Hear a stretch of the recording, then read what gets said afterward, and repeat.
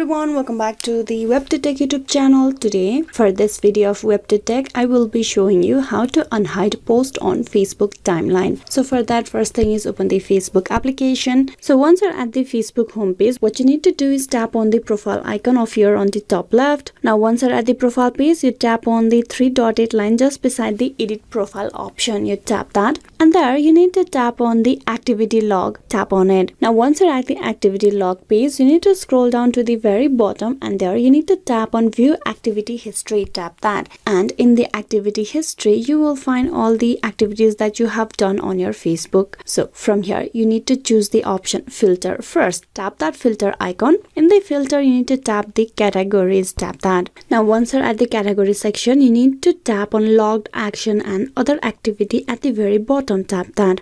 Now once you tap on that drop down menu, and there you will have the option of hidden from profile. Tap that. So here you will find all the posts that you have hidden in Facebook timeline. Now to unhide this, all you have to do is tap on that dotted line just beside that post. Tap on it, and you will have the option to add to profile. Tap that.